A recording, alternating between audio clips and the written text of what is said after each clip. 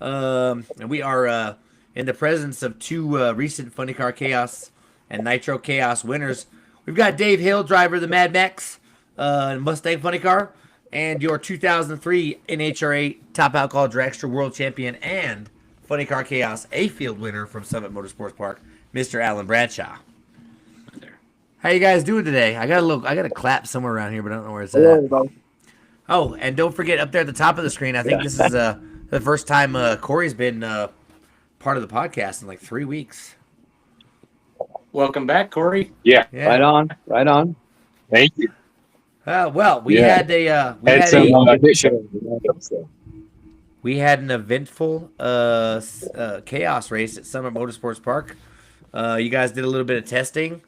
I think that's the first time you've been out this year, hasn't it been, Dave? It is. I opted to when they moved the race from the Alabama up to Columbus. I opted to run Ryan's car in the IHRA is to try to continue continue points lead and maybe grow the points lead. And then because I had already scheduled a test session at US 131, and naturally that put that up to the side. So yeah, the testing was big because we had made so many changes to the car over the winter.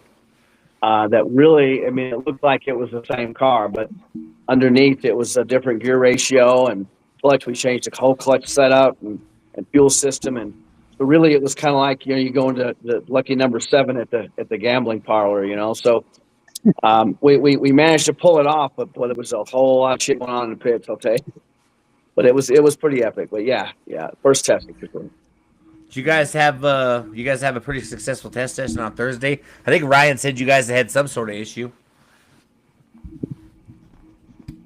No, we had it was our issue was the clutch setup and I basically underpowered the car, and it just burnt through the clutch, and it really didn't give us the test we needed. But it ate up the clutch. Then we had to come back and figure out what we needed to do to make the clutch work with the power level we had, and we kept adding power, and it really wasn't through the whole weekend. Believe it or not, I was adding power to the car, but it really wasn't doing what I wanted it to do or we wanted it to do. So the test session was great, but then we hurt some parts and ended up not getting it ready for the second test. And then it was just time to go into Q1, and that was that. Well, it sounds like it worked out pretty well for you because you guys faced Gary Wheeler Jr. in the final round and came away with the W. So there's a plus side to everything. But what did you guys do on Saturday? Yep. In the rain? I know I saw some crazy stuff going on. Guys running around in high heels and people sliding down the starting line on a slip and slide. There was all kinds of crazy stuff going on out there. Well, yeah, we were going to we thought about trying to go up to Sandusky because we had some friend of ours give us some tickets. It's rain, and why do that? Then it's like, let's just look the whole car over, flip the engine over. We actually changed engines because we were scuffing pistons. Meanwhile, Mad Maxine put together, the slip and slide, and after about my third beer, I was in. Let's go. Oh man! We went up on the starting line, and we were helping try to go. Is there any video of that? I'd like to see that. I mean, that would be some interesting video we could share with our viewers. I believe there's a lot of video on Shannon's page, which is the Mad Maxine page. I know there was some other people taking video, and I think it got posted, but I'm not sure. But Mad Maxine would be the one to go to watch some of the video. But it actually started out really slow, and then people started showing up and bringing their kids, and we were shoving their kids down the thing, and it was actually a lot of fun. I mean, and in the end, it was, then Bill comes up and says, I'm not responsible if this left side doesn't hook tomorrow. So, and then Ryan made sure they scrubbed the track off really good so that there'd be no issues in the left lane. And of course, I had to make sure that I chose the left lane one time, regardless. So that Bill wouldn't have any trouble with it, right? So it was actually a pretty good time, man. It worked out. I think it kept the crowd amused. It seemed like the people that were there and stuff. So, and the kids loved it. It was great for the kids. Oh yeah. Oh, we always love making sure the kids have fun to do the drag strip. Alan, you had a pretty successful weekend yourself driving the Dakota Pony. That's the former Shane Lawson car, isn't it? Yeah, it is. It's matter of fact, it's kind of odd. You go further back. That's my very first funny car that I built in 2022, Murph McKinney chassis, and then I ran it on a short schedule there in 22, and then Shane bought it at the end of 23, and then they campaigned it hard and heavy in 24 and 25 with the new Mustang body, and they won the championship in the chaos. I believe it was 24, Yeah. and so came Wow, full that's circle. cool. He decided to, kind of spend some time with his business and with his family, and the kiddos are growing like crazy, and they've got ball sports and all kinds of stuff going on, and he decided to sell. And the gentleman Dallas Shot that bought the vehicle from Shane and them, he says, "Hey, great, this is a cool race car." And at Shane's recommendation, he said, "Hey, if you want to start fresh, start somebody new, give Alan a call." And I think he would do you a really good job. He's very safety conscious, very meticulous, and that would be perfect for a brand new guy coming into the funny car world. And so, long story short, we all met at the Funny Car Chaos banquet, and the rest is history. And Dallas got to make some test laps in Norwalk on Thursday, and then Mother Nature decided to step up and play horsepower, and so we didn't get any more additional laps Friday after we planned on doing with Dallas in the car. And so all of a sudden it was time for Q1 at 10:30, and I was like, haven't been in this car yet. So long story short, we adjusted the seat belts and center down through there. We had a really good weekend. It was a really nice. The track was unbelievable. Bill Bader, Evan Bader, that whole bunch, they did an awesome job. I love probably Summit Motorsports Park, probably my favorite track out there. And then you take any of the Bruton Smith facilities like Chicago, Charlotte, Vegas. I would put Bill Bader and company against any of those tracks any day of the week, and they're just dang good people. And he understands showmanship, and that's what I like about Bill the best, because he really knows how to stand up, show up, and show out. Well, a lot of people say that Indianapolis and Charlotte are two of the the bigger racetracks, the mecca of drag racing, I guess is what a lot of people call it. But I would venture to guess that Summit Motorsports Park would top both of those just because of the Bader family and where it's located. And I've never been there, but I've seen pictures, and the track is absolutely gorgeous. And we've all been to some high dollar tracks in our days, but I think Summit Motorsports Park is definitely going to be on the Funny Car Chaos circuit, hopefully for a long time, because everybody seems to love it. Good. Yeah, Bill Bader brings something. He brings the personability, the fun side, the ice cream. I mean, of all things, the ice cream. Everybody loves the ice cream in Norwalk and all the other tracks. There's a lot of nice facilities we've raced at over the years, but there's something about Bill's deal that makes it more special. And that's what I really enjoy about going to Summit Motorsports Park. Yeah, good times. Dave, I know that you were driving Ryan's fuel altered. Is the plan? What's the plan now with the fuel altered? Are you guys going to go? Well, obviously you guys are chasing the points lead for the fuel altered category at the IHRA Outlaw Nitro Series. Are you planning on getting back into the altered at any point in time? Probably not. I think that, we have so much going on with work and racing that, there's no time for just extra days, extra runs. And so I think that we're trying really to focus on the IHRA championship. So there's no time for me to get in. I love driving the altered. Before I put the body on Max, it was an altered. Matter of fact, the wings that are on Ryan's car are mine. Okay. So I love the appeal of the altered, but there's something about the 65 Mustang that drew me in, and I don't know. I had to have one when I was a kid. My best friend had a 65. It's still in his garage. It's to this day down there. We'd go out, road race hell in the roads, but I never dreamed I'd have one. And then the opportunity comes. I need a body. I searched the country for a body, and there you go. So.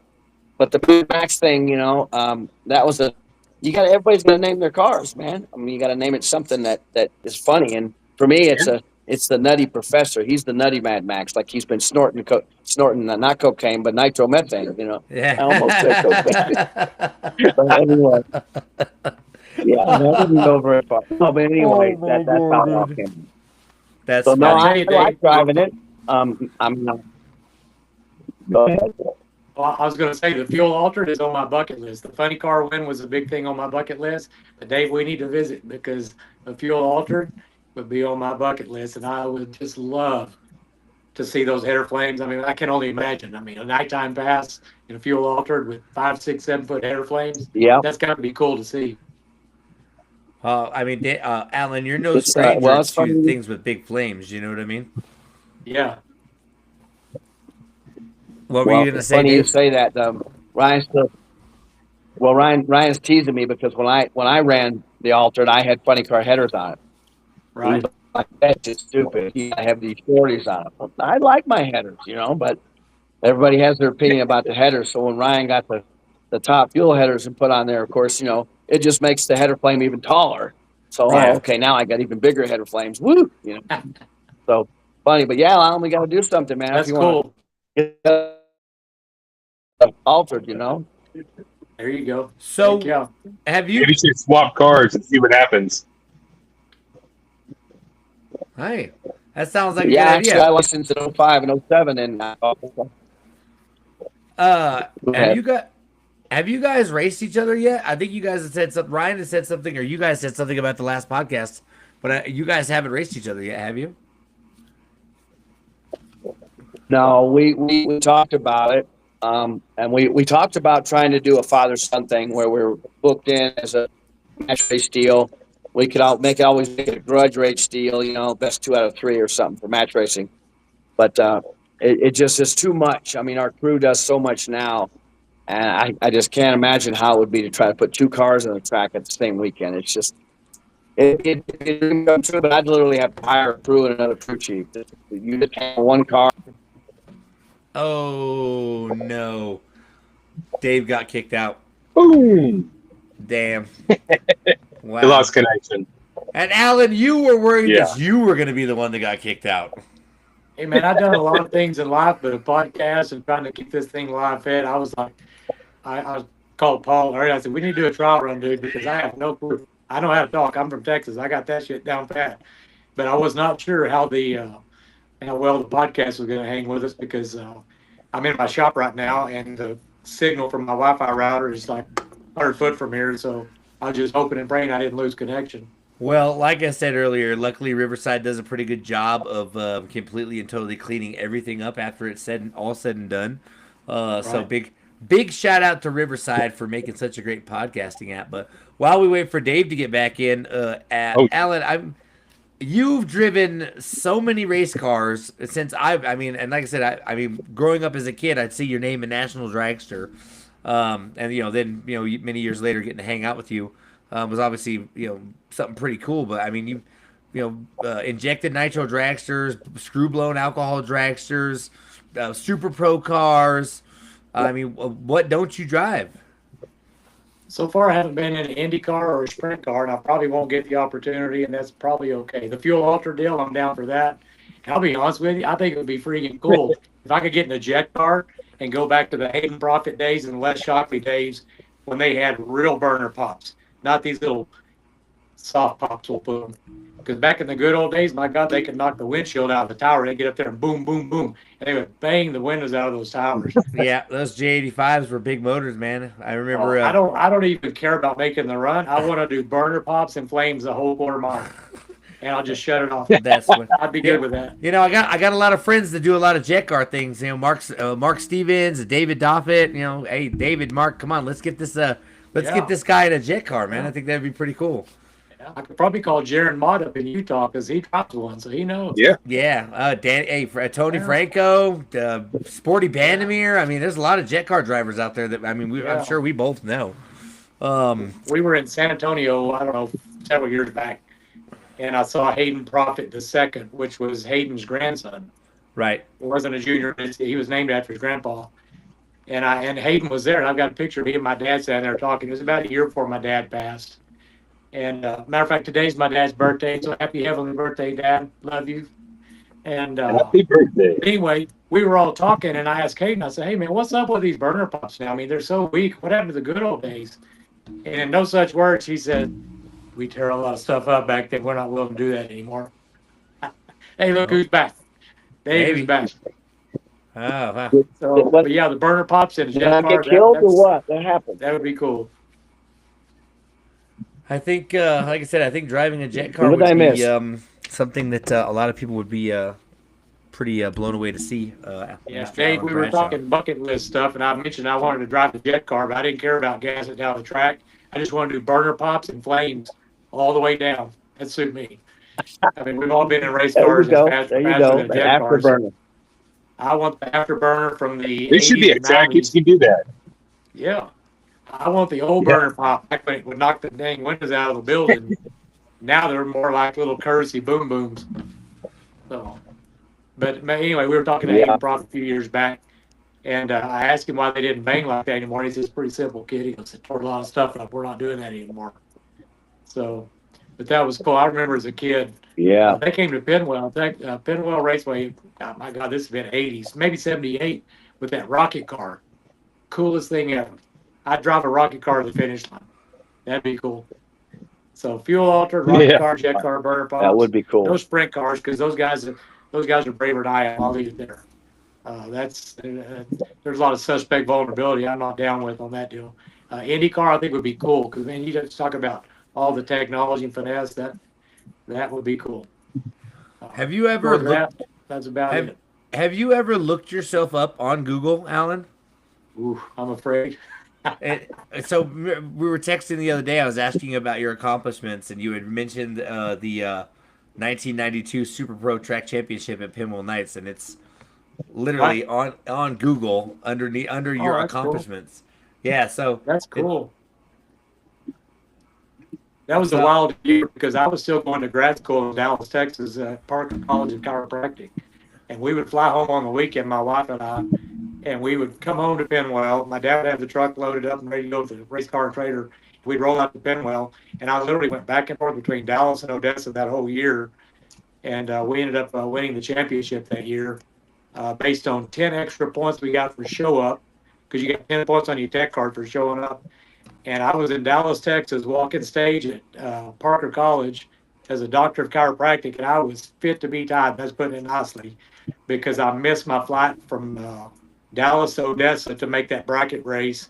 And my dad's just shaking his head. He goes, "My God, I've created a monster. You just graduated from college as a doctor, and you're pissed off because you didn't get to go to a bracket race?" I'm like, "You started this, dude." So yeah, that was a neat year. '92 was a year of perseverance.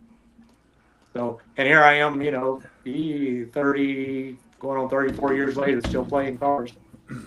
So I'm just curious how you. I mean, it seems like you are being flown see my all video? over this country to tune anything from top alcohol dragsters to top alcohol funny cars to no prep cars. I'm just curious to know where. Like, is that just something that evolved over the amount of time that you've been doing this, or is it something that you specifically studied for and learned, how to tune, especially blower cars, to be able to get flown all over the country? You know what I mean? Yeah, well, the blower cars and the alcohol ranks was something I've pretty much done since the early '90s. But a couple of years ago, I committed to walking away from oil and gas.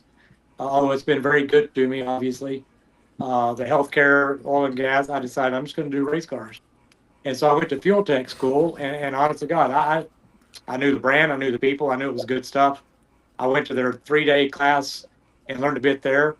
And while I was there, of course, me being an opportunistic guy, I stopped by 2 places that I wanted to work for, Proline Racing and KTR Racing with Stevie Faz Jackson. And Stevie gave me the opportunity to come on board and help them about, I think this summer will be 2 years. And so that's where I got some of the outlaw car and some of the exposure to that realm of people, because short of that, I mean, they wouldn't know me from Dick Jones, and I completely understand that, but without the exposure and the learning and growth that I had through working with Stevie Fast, I would not be exposed to the outlaw and the pro mod realm stuff that we are today. We got to go to Brazil. That was really cool. Hardy Vinco Racing out of Brazil, Sao Paulo, Brazil, is one of Stevie's customers, and they are dear friends, excellent people. And so we got to go to Brazil and race over there. And I don't know how to explain it other than the culture there. They're so happy. They're so excited, very passionate, and they love drag racing. They love life more than any of us could comprehend here in the U.S. I don't know what the culture is about that, but they really, really love drag racing. Yeah, they And definitely. it was like kids in a circus. It was they- unreal. They definitely take drag racing serious down in Brazil. There's actually a lot of I'm in a couple of groups with a bunch of guys that own Mavericks, like 69 through 74, 75 Mavericks, and I mean, down in Brazil, Mavericks are huge, dude. They make like RC cars and stuff. But yeah, I Oh know a lot of yeah. guys that I mean, and obviously old cars are huge in Brazil. They'll soup up anything. It doesn't matter if it's a Ford Fiesta. You know what I mean? Um, Yeah. Well, I think what's crazy is the amount of 2JZs and all the high-end all-wheel drive and front-wheel drive cars. And it's the oddest thing when you see a wheelie bar on a front-wheel drive car, but it's not a wheelie bar; it's a front traction bar. And instead right. of being this wide, they're the whole width of the car, and they're like 7 foot behind the car. And it looks really odd and peculiar. But to watch those guys run, those guys aren't scared. They will No, drive those race cars point I A think to that's point B, and it's really cool to watch. I think I've seen a couple of videos of guys racing Hmm. down in Brazil, and they have like Yeah. the front of the car from like the passenger, the driver's seat forward is all like a chassis or like a Yep. regular car, and then the back is like square tube chassis or building materials that the back of the Yeah. car looks rickety as shit, but I mean obviously they're going down the track really fast. Yeah. And I'll tell you what's really wild is I don't know the logistics in Brazil because obviously I'm not there enough to really understand the big picture. But there aren't typically enclosed race car traders. There's definitely not stackers and doters, goosenecks and crew cab dualies. They'll show up with a car hauler like what you and I would see going down the interstate with 6 cars for sale on it that they stole from a dealership. They'll have a car hauler with 6 race cars on it. They'll have a flatbed wrecker with a bobtail stinger, and they've got 2 or 3 race cars attached. It's like we don't care about the truck and trailer. We want to go racing, and just the passion and commitment, and God only knows what they go through to get to go do what they do. Right. But like I said, dude, it was a surreal experience. That's probably the best way I can wrap it up. Pretty Uh, cool stuff. Hey, I'm Dave, forever thankful that we got to go do that. yeah, well, I'm hoping, man, maybe one of these days we get to go to Qatar because I know they got some pretty crazy stuff going on down there underground pits and all that kind of crazy stuff. It'd be wild. I'm Yeah, gonna they let the got world settle down a little bit before I And I go hear there. they fly their cars there, What's They that? probably I have hear enough they fly money their to fly cars there. Yeah. dude. Yeah. Oh, Hey, yeah, yeah. Yeah, I met Dave, a couple guys back 10, 20 years ago. Yeah. Can you still hear us? Yes, is Dave still there? Yeah, he's Yeah, still I'm here. there. I'm just listening. Yeah, I'm not sure if he can hear Can us, you see so me? trying to get a hold of him on the Facebook, but I'm here. you know how that works. Oh, Ryan Can't said he see me? just turned Can you it hear back me? on. It Be cool. There he is. did We hear you. not. Yeah, I'm here, man. I can hear I'm you. here. I'm just listening.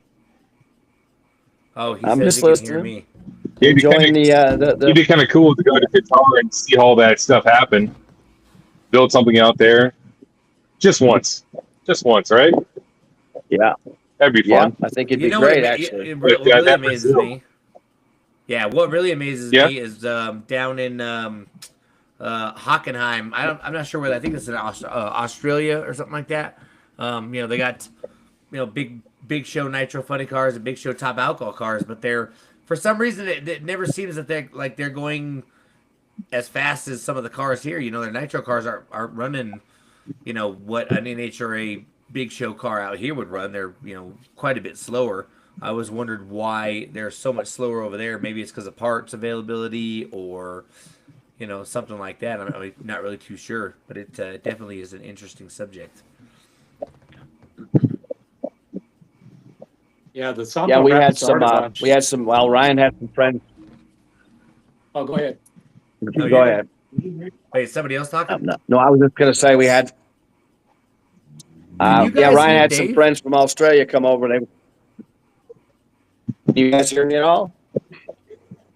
Yeah, you're cutting in, No. in and out a little bit. Yeah, see, I can't hear. I can't Don't die hear him on at us. all. Okay, Yeah, don't die on us, Dave. Come back. maybe it's my. That's funny. We're having Dave is having technical difficulties. Maybe. I'm not sure why. Darn Riverside. Am I? Want to get into a little bit about the I didn't think that was. stuff that's going on in the IHRA world. Obviously, everybody knows how we feel about, how I feel about NHRA, and how I feel about IHRA. But the troubles, as far as the organization is concerned, they just got rid of Leah. They just got rid of one of their main media guys, and they had a bunch of track managers quit. I think at 2 or 3 racetracks. Alan, a question I have for you. I mean, obviously you've been doing NHRA stuff for a long, long time. I don't know how much IHRA stuff you've done, but in terms of viability, how sustainable do you think the current track of the IHRA is doing what they're doing? And like I said, just the constant turnaround and going through presidents and What? I'm not opening on? tracks and then delaying Oh, track okay. openings. I'm just curious if you think that the sustainability of that is good for the long term, or if at some point in time, it's going to come back to bite them in the butt. Yeah, what I hope more than anything is that this is just steps of growing pains that they're going through. I'm totally excited that we have another venue. You can't have enough venues, enough drag strips to go racing. Every racer I know is excited for them being there. There's a lot of scuttlebutt brewing nonstop, and my hope and belief is that it's just short-term growing pains. But unfortunately, with social media, I mean, here we are on social media right now. The social media side, there's so many business decisions being made that become very, very public. And my hope is that there's a lot of choices being made. Right now on the surface, a lot of them don't make sense, but we're not privy to the whole story. And Right. so sometimes you just kind of have to hope for the best and ride it out. But I wish IHRA and the NHRA nothing but success. I can't wait to see them working 2 venues side by side. And not only do we have 23 races to go to, now we got 40 races to go to. And never mind the PDRA. And my God, I mean, the Midwest Drag Racing Series. Everywhere you look up, we've got these niche venues. And then we've got the Chaos Series and the Nitro Chaos Series for them. And I think right now we're spoiled rotten because I think we have more venues to go racing right now than I ever remember in my life as a There's kid or a young adult. There's definitely Yeah. a lot of stuff going on in the country. Yeah. Like I said, IHRA and NHRA or IHRA. Funny Car Chaos, Nitro Chaos. They just had Fuel Altered Chaos. They're coming back with another episode of that or another version of that in November for Fuel Altered Chaos #2. But curious to get your thoughts on the IHRA Triple Crown. Apparently, they're going to do a double header. September 10th through the 13th, and I guess it's going to take place at the famed Maple Grove Raceway. And so, like I said, you got Top Fuel Funny Car, Top Fuel Dragster, Pro Stock, and I think there's 2 other classes that are all racing for $1 million. If somebody can win all 3 events, they're going to win $1 million. Right. But they had the one that was scheduled for 2 weeks ago that obviously got rained out, and there was quite a few big name racers on Trip Tatum, Ron Capps, Maddie Gordon. Those are some big names, and I'm curious to know, or I'm curious to get your thoughts on whether you think that that's going to bring in the type of crowds that you would get at not every NHRA event has massive sellout crowds. A lot of people have said that IHRA needs those big name guys to get people in the stands.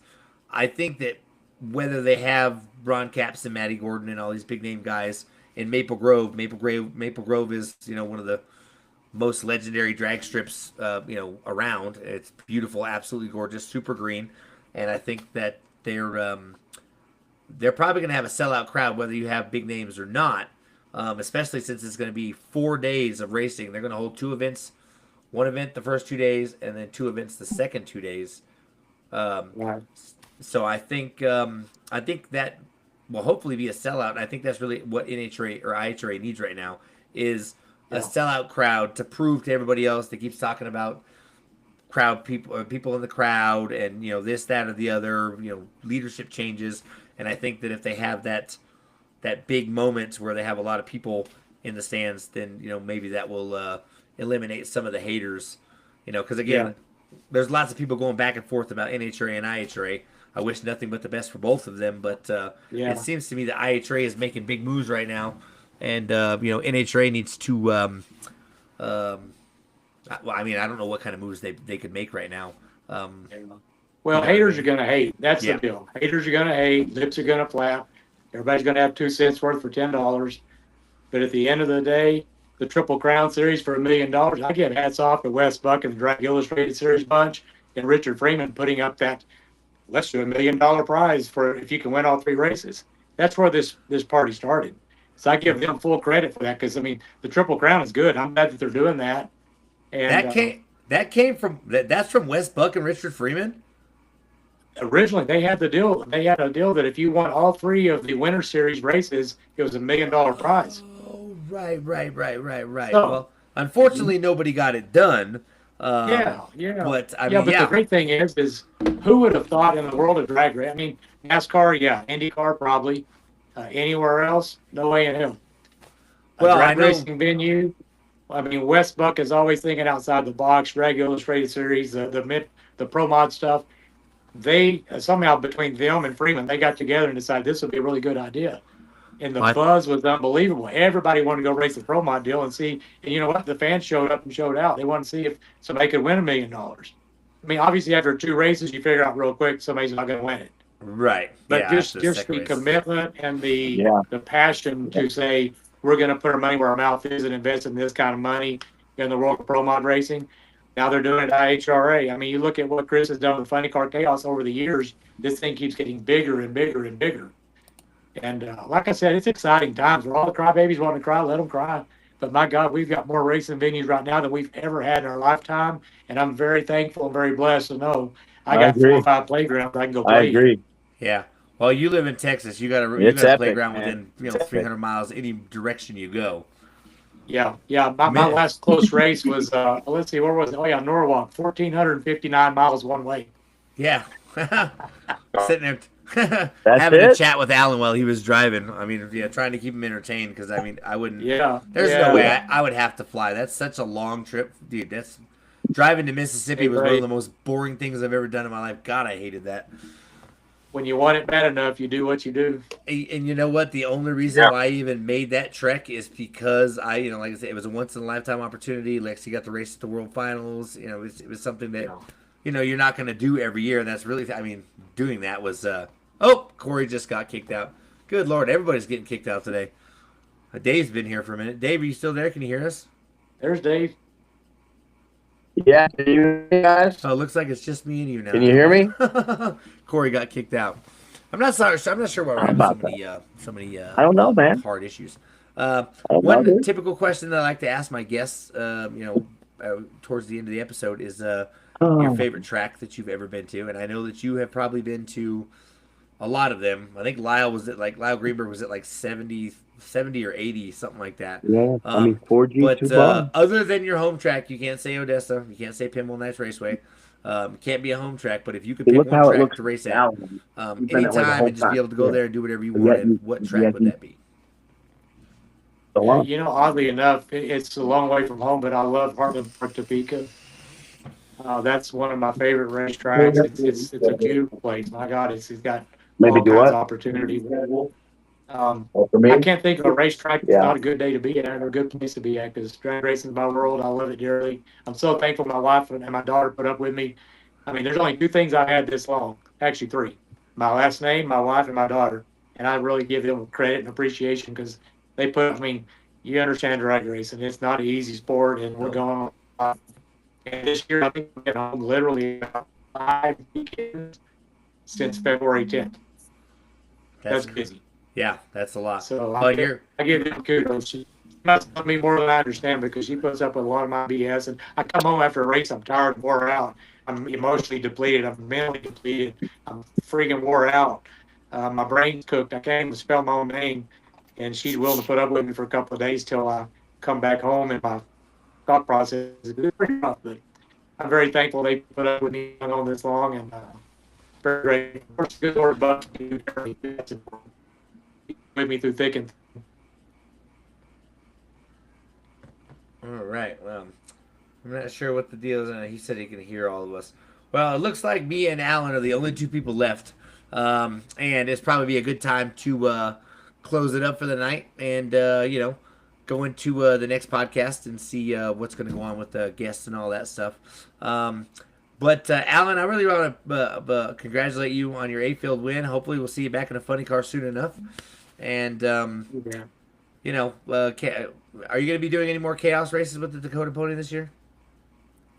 We've got stuff in the works. We're looking at some opportunities. Don't be surprised when we show up because at this point, our main goal for this year was getting Dallas in the car, getting him some seat time, and getting his license procured. And whether it's him testing, me racing, us racing, or him racing, you can bet you'll see us somewhere in the near future. All right, and what about the A Fuel car? You still driving that, the orange and blue one? You still racing for those guys? Oh yeah, yeah. Hey, my Canadian boys, my Doug Doucette and the guys out of Winnipeg, Manitoba, still driving that car. We'll be back in Norwalk, believe it or not, at the end of the month. So we go to the NHRA National there, and this weekend I'll be at Pinwheel Knights Raceway with a small tire 2810 car, helping them tune on that deal.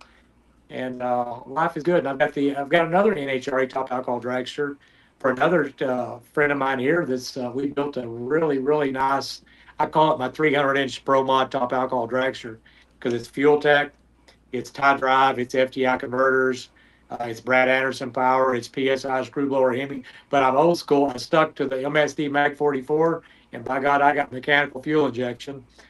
And we're the only hybrid race car out there with fuel tech, high-tech technology with a magneto and mechanical fuel injection. That's how we're going to roll for now. Is that the black car? Yes, we were in Tulsa testing about 3 weeks ago. Yeah, I saw it. Good looking car, real nice. Yeah, thank you. Well, like I said, I mean, there's not much you can do out there, Alan. Super proud of you. Glad you're back in a funny car, and I appreciate that. we're looking forward to seeing what else you guys can put together. I know. Shout out to Pinwheel Knights. I know they got that Nitro Showdown going down there. Somebody from Odessa put up $5,000 extra dollars, so it's $10,000 to win. I think there's 10 funny cars. That's good. Yeah, should be an interesting weekend. And then I think, from what I understand, Chris has gotten into the no prep side of things because now there's no prep chaos. I don't know if that's I don't know if that's a Chris deal, man, but hopefully one of these days we'll get Mr. Graves on the podcast and get to chat with him for a little while. Chris, if you're out there, hey, come on, man, let me know. I'm ready. Yeah. Speaking of that, I'd be remiss without telling Chris and Tara Graves, thank you so much for the Funny Car Chaos. They give us one of the coolest venues to play with funny cars and do cool kid shit that nobody else has been able to do for us. And where else do you get to go play with 20, 30, 40, 50? God, back in the day, 70 funny cars in Dallas. Yeah. So hats off to Chris Graves and the whole Funny Car Chaos and the Nitro Chaos bunch. I'm really excited to be part of it. I can't wait to see where it goes from here. Well, I know we got coming up on the schedule. Like I said, they're racing in Odessa this weekend. Mid-November, they've got Fuel Altered Chaos in Tucson. You guys can check it out, funnycarchaos.com, for all the extra stuff on there. But I'm Paul. That's Corey. That's 2003 NHRA Top Alcohol Dragster, Alan Bradshaw, and your most recent Funny Car Chaos A-Field winner. If you guys will stick around so we can upload some audio. All right, guys, this has been the Starting Line Society podcast. I'm Paul, and we will see you next weekend, or next week, same time, same place, right here on YouTube. We'll see you guys later.